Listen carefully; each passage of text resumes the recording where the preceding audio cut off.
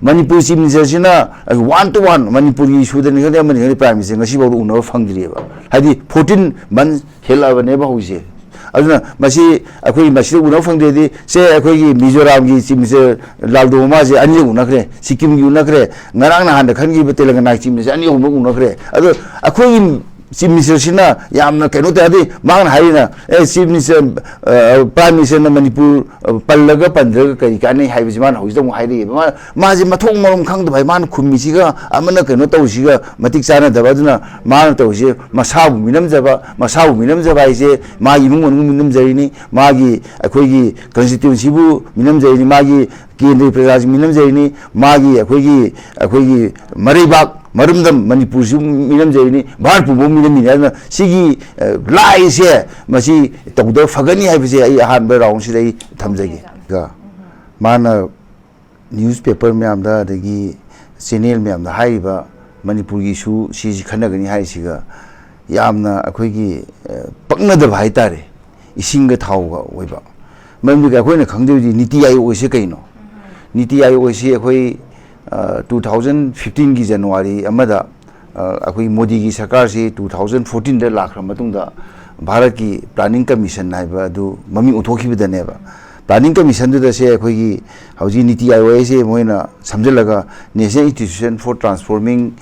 India हाइबनेबा अदु गा आयोग असिना कमीशन नाइबनेबा अदुना अदु की national institution for transforming India हाइबसे अदु प्लानिंग जी मानहलगा Ayu commission to Simson Mani, Mointosi. Masiga, Madugi Pandam, Dugu, the Amtikanaba, Masidi, Kenoida, economic development key, cooperative federalism key, Aduga, my state Miam Nangasagi, Kogi, GST, Low, Kolibadu, bargain, Tonga, Kota, Tawada do never. Sidi, beside of the Rumido, Aduna, Adudi, Ishudu Tongan, the Tawshaibu Luerin. Man who do Manipur, why is a Kogi, Ikakum Nazarba, Kogi, Marup. Chief Minister Biren Hudopria, I know, I know, Nana University, Nashidagi, Olympic, Olympic, the Tawdun explain the Tawya, Ravishida. A do woman, Yams another Haitare, mean and Yamoka other equipment Puji, like Shuyam Haitava. Hazel Pangto Toba, Adugum, you have the color brand, a color by the American high design, economic development, cooperative federalism, bargaining, Tononovi, Tongoxin, Adu Yakuma, come to the my Manipur Yishugi, Nagaga, Cookie, Adu, Daga, Tonav, Narco terrorism, Nazio, Politia together, Kanan Sunday Nova. She Amutelu, Yare, Adu the corner for a moment the Taurus, Yare Loire, Aduna, Simatang, Yam White of Haita, Aquimiam, not only honorable Simsina, Matomda, Masamatomta, Minamzabato, Adumadum, Kangu, Nenkalevadi, Man and one when Matamoidina, I just set the maps, Taza, whenever newspaper Miamaduga, Gerunga man have formed the Adam never. Aduna Nangasi, Nazika, Adua Nagi, Akui TV, Senil and Nordish, Akui, Senil Sina, Masi Kana Asian, Matic side, my do Kana do never. Aduna idea, I'm gonna hiding them, and I'm the Dr. Naki and Habi, but then see Yamsana did. I know I said Manipur Prime, you never wonder is here. I say Kenoy, I say India block issue, Manipurgi, conveners way, Aduaquena Prime is never say Isamu say, good nimule, 2023, a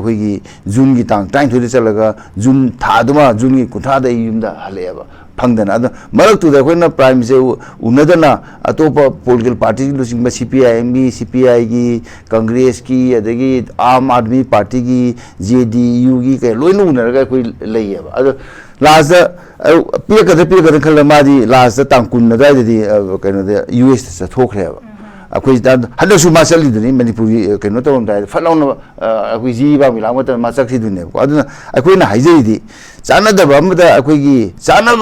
Haishing then Answer Yani, I was in Masidi, Suya Yaru to Heidi, and say Queen, I never lay Aquigi. ꯑꯩꯈꯣꯏꯒꯤ round ꯑꯣꯏꯕ ꯑꯩꯈꯣꯏꯒꯤ ꯃꯈꯨꯜ ꯑꯃꯗ ꯑꯩꯈꯣꯏꯒꯤ square ꯑꯣꯏꯕ ꯄꯦꯛ ꯑꯃ ꯊꯤꯡꯖꯤꯜꯂꯒ ꯏꯍꯣꯏ ꯍꯣꯏꯗꯅ ꯑꯗꯨꯒꯨꯝꯕꯗ ꯑꯗꯨꯅ ꯃꯩꯇꯩꯂꯣꯟꯗ ꯍꯥꯏꯖꯕꯅꯤ ꯁꯤꯒꯨꯝꯕꯁꯦ ꯑꯗꯨꯝ ꯂꯩ ꯑꯗꯨꯅ ꯌꯥꯝ ꯆꯥꯟꯅꯗꯕ ꯑꯗꯨꯅ ꯑꯩꯈꯣꯏꯅ ꯃꯗꯨꯒꯤ ꯑꯩꯈꯣꯏꯅ ꯖꯅꯋꯥꯔꯤ ꯖꯨꯟꯒꯤ 2023ꯒꯤ 23ꯗꯅ ꯀꯨꯟꯊ꯭ꯔꯥ ꯐꯥꯎ ꯂꯩꯕꯗꯨꯗ ꯃꯅꯤꯄꯨꯔꯒꯤꯁꯦ ꯑꯣꯄꯣꯖꯤꯁꯟ ꯄꯥꯔꯇꯤ ꯃꯌꯥꯝꯒꯤ ꯑꯩꯈꯣꯏꯒꯤ ꯍꯧꯖꯤꯛ CLP ꯂꯨꯆꯤꯡꯕ ꯑꯣꯏꯔꯤꯕ ꯏꯕꯣꯕꯤ ꯑꯗꯩ ꯀꯪꯒ꯭ꯔꯦꯁꯀꯤ ꯄ꯭ꯔꯁꯤꯗꯦꯟ ꯃꯦꯘꯆꯟꯗ꯭ꯔ ꯑꯇꯩ ꯑꯇꯩ ꯄꯥꯔꯇꯤꯒꯤ ꯂꯨꯆꯤꯡꯕ ꯃꯌꯥꯝ ꯂꯣꯏꯅꯃꯛꯁꯦ ꯑꯩꯈꯣꯏ ꯆꯠꯂꯒ ꯂꯩꯔꯤꯕꯅꯦꯕꯀꯣ ꯑꯗꯣ ꯑꯩꯈꯣꯏ ꯑꯦꯄꯣꯏꯟꯃꯦꯟ ꯁꯤꯛꯇ ꯑꯩꯈꯣꯏꯅ ꯌꯧꯗ꯭ꯔꯤꯉꯩꯗ ꯃꯃꯥꯡꯗ ꯖꯨꯟꯒꯤ ꯇꯥꯡ 12 ꯁꯤꯗ ꯑꯩꯈꯣꯏꯅ ꯑꯩꯈꯣꯏ ꯃꯔꯨꯞ ꯍꯔꯤꯁꯣꯔ ꯒꯣꯁꯥꯃꯤꯅ ꯀꯪꯒ꯭ꯔꯦꯁꯀꯤ ꯍꯧꯖꯤꯛꯇꯤ ꯑꯩꯈꯣꯏ ꯚꯥꯏꯁ ꯄ꯭ꯔꯁꯤꯗꯦꯟꯅꯤ ꯃꯍꯥꯛꯅ ꯇꯧꯔꯒ ꯄꯤꯁꯜꯂꯒ ꯑꯩꯈꯣꯏꯅ ꯆꯠꯂꯒ ꯀꯩꯅꯣ ꯇꯧꯕꯁꯤꯗ ꯑꯩꯈꯣꯏꯅ ꯌꯦꯡꯉꯤꯗꯤ ꯑꯩꯈꯣꯏꯅ ꯂꯩꯔꯤꯉꯩ ꯃꯔꯛꯁꯤꯗ ꯑꯩꯈꯣꯏꯒꯤ ꯄ꯭ꯔꯥꯏꯝ ꯃꯤꯅꯤꯁꯇꯔꯁꯨ ꯑꯩꯈꯣꯏ ꯑꯦꯄꯣꯏꯟꯃꯦꯟ ꯄꯤꯔꯛꯇꯦꯕ ꯑꯩꯈꯣꯏ ꯑꯦꯄꯣꯏꯟꯃꯦꯟ ꯄꯤꯅꯅꯕ ꯑꯩꯈꯣꯏ ꯆꯠꯇꯅ ꯈꯣꯠꯇꯅ ꯄ꯭ꯔꯥꯏꯝ ꯃꯤꯅꯤꯁꯇꯔ ꯑꯣꯐꯤꯁꯇ ꯄꯤꯗꯅ ꯈꯣꯠꯇꯅ ꯇꯧꯋꯤ ꯑꯗꯨꯒꯤ ꯔꯤꯄ꯭ꯂꯥꯏ ꯐꯥꯎ ꯂꯥꯛꯇꯦ ꯌꯥꯝꯅ ꯁꯥꯊꯤꯕ ꯀꯥꯡꯕꯨꯅꯦꯕ ꯑꯗꯩ ꯑꯃꯅ ꯑꯩꯈꯣꯏꯒꯤ ꯃꯔꯛꯁꯤꯗ ꯖꯨꯟꯒꯤ ꯇꯥꯡ 24ꯗ ꯚꯥꯔꯠꯀꯤ ꯑꯩꯈꯣꯏꯒꯤ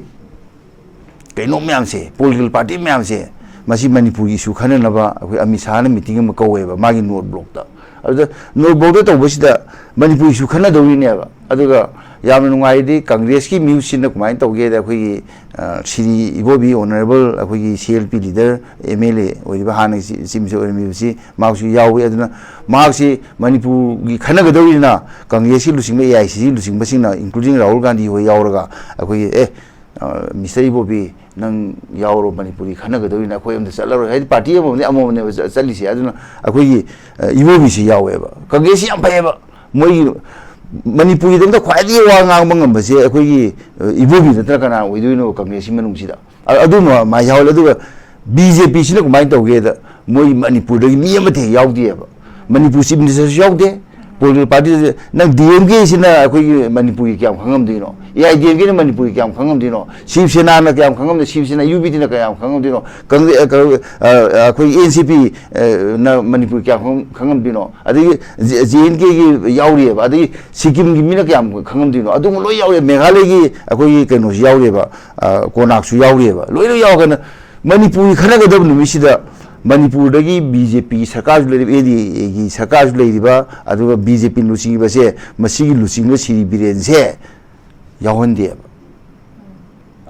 ꯌꯥꯎꯐꯝ ꯊꯣꯛꯄꯅꯦꯕ ꯑꯁꯦꯡꯕꯗꯤ ꯃꯅꯤꯄꯨꯔ ꯈꯟꯅꯗꯧꯔꯤꯅ ꯃꯗꯨ ꯌꯥꯎꯐꯝ ꯊꯣꯛꯄꯅꯦ ꯑꯗꯨꯅ ꯁꯤꯔꯤ ꯕꯤꯔꯦꯟ ꯌꯥꯎꯍꯟꯗ ꯑꯗꯨꯅ ꯑꯩꯅ ꯁꯨꯝ ꯈꯟꯕꯗ ꯁꯤꯔꯤ ꯕꯤꯔꯦꯟꯕꯨ ꯕꯥꯇꯣꯟ ꯇꯧꯔꯛꯇꯕ꯭ꯔꯥ ꯃꯥꯅ ꯌꯥꯎꯒꯦ ꯍꯥꯏꯗꯕ꯭ꯔꯥ ꯀꯔꯤ ꯄꯥꯎ ꯐꯥꯎꯅꯗꯕꯅꯣ ꯑꯩꯈꯣꯏ ꯈꯪꯗꯦꯕꯀꯣ ꯑꯗꯨ ꯑꯁꯦꯡꯕꯗꯤ ꯕꯤꯔꯦꯟꯅ ꯇꯝꯒꯗꯧꯕꯅꯦꯕ ꯍꯥꯏꯔꯤꯕ ꯑꯣꯜ ꯄꯥꯔꯇꯤꯁ ꯃꯤꯇꯤꯡꯁꯤꯗ ꯑꯩꯈꯣꯏꯒꯤ ꯃꯅꯤꯄꯨꯔꯗ ꯊꯣꯛꯏꯕ ꯏꯁꯨꯁꯤ ꯃꯥꯅ ꯍꯥꯏꯔꯀꯥꯟꯗ ꯃꯇꯤꯛ ꯆꯥꯗꯧꯔꯤꯅꯦꯕ ꯍꯥꯏꯗꯤ ꯑꯃꯤꯠ ꯁꯥꯍꯅ ꯍꯥꯏꯕꯗꯒꯤ ꯕꯤꯔꯦꯟꯅ ꯄꯥꯎ ꯇꯝꯃꯅ ꯍꯦꯟꯅ ꯆꯥꯔꯣꯏꯗ꯭ꯔꯅꯦ ꯆꯥꯒꯗꯧꯔꯤꯅꯦꯕ ꯑꯗꯨꯅ ꯃꯗꯨ ꯇꯝꯕꯒꯤ ꯈꯨꯗꯣꯡꯆꯥꯕꯁꯦ BJPꯅ ꯄꯤꯗꯦꯕ ꯑꯗꯨꯅ BJPꯅ ꯑꯩꯈꯣꯏ ꯃꯅꯤꯄꯨꯔꯒꯤꯁꯦ ꯀꯌꯥꯝ ꯄꯤꯗꯒꯦꯗ BJP ꯈꯛꯇ ꯇꯣꯛꯑꯁꯦꯕ ꯑꯩꯈꯣꯏꯒꯤ ꯃꯃꯥꯡꯒꯤ ꯗꯥꯛꯇꯔ ꯐꯣꯔꯖꯦꯁꯦ ꯃꯥ MP ꯑꯣꯏꯗꯅ ꯑꯩꯈꯣꯏꯒꯤ ꯂꯣꯛ ꯁꯚꯥꯒꯤ ANPFꯒꯤꯁꯦ ꯃꯥꯅ ꯑꯩꯈꯣꯏ ꯄꯥꯕ꯭ꯂꯤꯛꯂꯤ ꯑꯩꯈꯣꯏ ꯈꯕꯔꯗ ꯐꯣꯡꯗꯣꯛꯈ꯭ꯔꯦꯕ ꯃꯥꯅ ꯃꯅꯤꯄꯨꯔ ꯃꯇꯥꯡꯗ ꯋꯥ ꯉꯥꯡꯒꯦ ꯍꯥꯏꯕ ꯃꯇꯝꯗ BJP ꯁꯦꯟꯇ꯭ꯔꯦꯜ ꯂꯤꯗꯔꯁꯤꯞꯅ ꯉꯥꯡꯒꯅꯨ ꯉꯥꯡꯕ ꯌꯥꯔꯣꯏꯅ ꯉꯥꯡꯍꯟꯗꯦ ꯍꯥꯏꯌꯦꯕ ꯑꯗꯨꯅꯗꯤ ꯑꯩꯈꯣꯏꯒꯤ ꯃꯔꯤ ꯂꯩꯈ꯭ꯔꯕ ꯑꯩꯈꯣꯏꯒꯤ ꯍꯥꯟꯅꯒꯤ ꯑꯩꯈꯣꯏ ꯌꯨꯅꯤꯌꯟ ꯃꯟꯇ꯭ꯔꯤꯗ ꯐꯣꯔꯦꯟꯒꯤ ꯑꯩꯈꯣꯏꯒꯤ ꯑꯦꯛꯁꯇꯔꯅꯦꯜ ꯑꯦꯐꯤꯌꯔꯁꯀꯤ ꯃꯤꯅꯤꯁꯇꯔ ꯑꯣꯐ ꯁ꯭ꯇꯦꯠ ꯑꯣꯏꯔꯝꯕ ꯑꯩꯈꯣꯏꯒꯤ RK ꯔꯟꯖꯟ ꯃꯥ ꯋꯥ ꯉꯥꯡꯍꯟꯗꯦ ꯑꯗꯣ ꯑꯩꯈꯣꯏꯒꯤ ꯃꯌꯥꯝꯅ ꯑꯩꯈꯣꯏꯒꯤ ꯀꯩꯅꯣꯅꯦ ꯂꯩꯔꯤꯕ ꯑꯩꯈꯣꯏꯒꯤ ꯁꯅꯥꯖꯥꯎꯕ ꯑꯩꯈꯣꯏꯒꯤ ꯂꯩꯁꯦꯝꯕ ꯁꯅꯥꯖꯥꯎꯕ ꯉꯥꯡꯍꯟꯗꯦ ꯑꯗꯨ ꯁꯤ ꯃꯣꯏꯅ ꯉꯥꯡꯅꯤꯡꯗꯅ ꯉꯥꯡꯅꯤꯡꯕꯗꯣ ꯑꯗꯨ ꯉꯥꯡꯍꯟꯗꯕ ꯑꯣꯏꯔꯝꯒꯅꯦꯕ ꯃꯣꯏ ꯃꯁꯥꯅꯗꯤ ꯉꯥꯡꯅꯤꯡꯕ ꯑꯗꯨꯒ ꯃꯣꯏꯅ ꯉꯥꯡꯍꯟꯗꯕ ꯑꯗꯨꯅ BJPꯒꯤ ꯁꯔꯀꯥꯔꯁꯤ ꯌꯥꯝꯅ ꯁꯥꯊꯤꯕ ꯃꯅꯤꯄꯨꯔꯒꯤꯁꯤ ꯍꯦꯛ ꯄꯟꯕꯗ ꯃꯈꯣꯏꯗ ꯀꯩ ꯇꯧꯕꯅꯣ ꯈꯪꯗꯦꯕ ꯑꯗꯨꯅ ꯇꯧꯐꯝ ꯊꯣꯛꯇꯕ ꯉꯥꯛꯇ ꯇꯧꯋꯦꯕ ꯑꯗꯨꯅ ꯑꯩꯅ ꯍꯥꯏꯖꯗꯧꯗꯤ ꯍꯟꯗꯛꯀꯤ ꯆꯠꯇꯧꯔꯤꯁꯦ ꯅꯤꯇꯤ ꯑꯥꯌꯣꯒꯅꯤ ꯅꯤꯇꯤ ꯑꯥꯌꯣꯒꯀꯤ ꯃꯤꯇꯤꯡꯁꯤꯗ ꯇꯧꯔꯨꯕꯁꯦ ꯑꯩꯈꯣꯏꯒꯤ ꯏꯁꯤꯡꯒ ꯊꯥꯎꯒ ꯃꯤꯒꯤ ꯃꯤꯇꯤꯡ ꯑꯃꯗ ꯑꯇꯣꯞꯄ ꯑꯩꯅ ꯉꯁꯥꯏ ꯍꯥꯏꯖꯈꯤꯕ ꯉꯁꯤꯒꯤ ꯁꯤꯗ ꯑꯩꯈꯣꯏꯒꯤ ꯑꯣꯂꯦꯝꯄꯤꯛꯁꯦ ꯉꯁꯤꯗꯤ ꯍꯧꯗꯣꯏꯅ ꯑꯣꯂꯦꯝꯄꯤꯛꯀꯤ ꯋꯥ ꯉꯥꯡꯁꯜꯂꯨꯕ ꯌꯥꯕ ꯅꯠꯇꯦ ꯑꯃꯃꯇ ꯑꯗꯨꯃꯥꯏꯅ ꯇꯧꯗꯅ ꯆꯤꯐ ꯃꯤꯅꯤꯁꯇꯔꯅ ꯍꯥꯏꯔꯤꯗꯣ ꯑꯩ ꯌꯥꯝꯅ ꯑꯩꯈꯣꯏꯒꯤ ꯃꯇꯣꯝꯇ ꯃꯤꯅꯝꯖꯕ ꯍꯥꯏꯇꯥꯔꯦ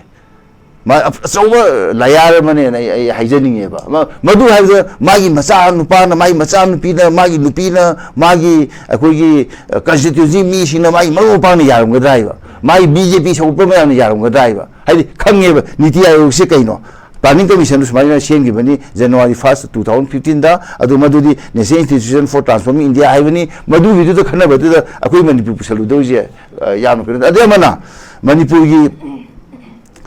ꯆꯤꯐ ꯃꯤꯅꯤꯁꯇꯔꯁꯤꯅ 1-to-1 ꯃꯅꯤꯄꯨꯔꯒꯤ ꯏꯁꯨꯗꯅꯤ ꯈꯪꯗꯦ ꯑꯃꯅꯤ ꯈꯪꯗꯦ ꯄ꯭ꯔꯥꯏꯝ ꯃꯤꯅꯤꯁꯇꯔ ꯉꯁꯤꯐꯥꯎꯗ ꯎꯅꯕ ꯐꯪꯗ꯭ꯔꯤꯑꯕ ꯍꯥꯏꯗꯤ 14 ꯃꯟꯊ ꯍꯦꯜꯂꯛꯑꯕꯅꯦꯕ ꯍꯧꯖꯤꯛꯁꯦ aduna masi akoi masi una phangde di se akoi Mizoram gi chim se laldo ma je ani una kre Sikkim gi una kre ngarang na han khan gi Telangana chim se ani una kre ado akoi Chief Minister sina yamna keno tadi mang haina Chief Minister Prime Minister na Manipur pallaga pandraga kai kani haibisi man hausi dong hairi ma je mathong marom khang bai man khummi siga amana keno tawsiga matik chana dabaduna man tawsi masabu minam jaba ise ma imung minam jaini magi akhoi constituency bu minam jaini magi kendri praja minam jaini magi akhoi Maribak Marumdam Manipur minam jaini Bharpu minam mina sigi lai se masi tawda fagani haibise ai ahan ba raung sidai thamjagi